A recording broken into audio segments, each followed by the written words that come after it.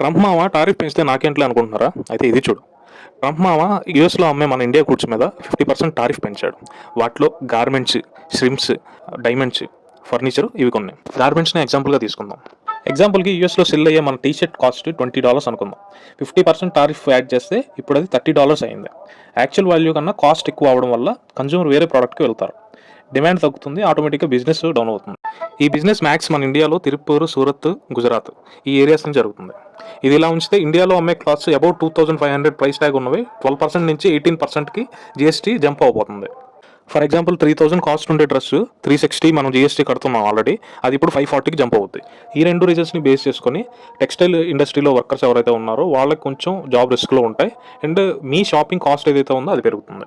So మీ view ఏంటి? ఒకవేళ 12% GST ఉన్నది 5%కి తగ్గిస్తే ఇండియాలో సేల్స్ పెరిగి ఆ యూఎస్ టారిఫ్ని బ్యాలెన్స్ చేసే బిజినెస్ ఇండియాలో జరుగుతుందంటారా? Please share your thoughts and comments.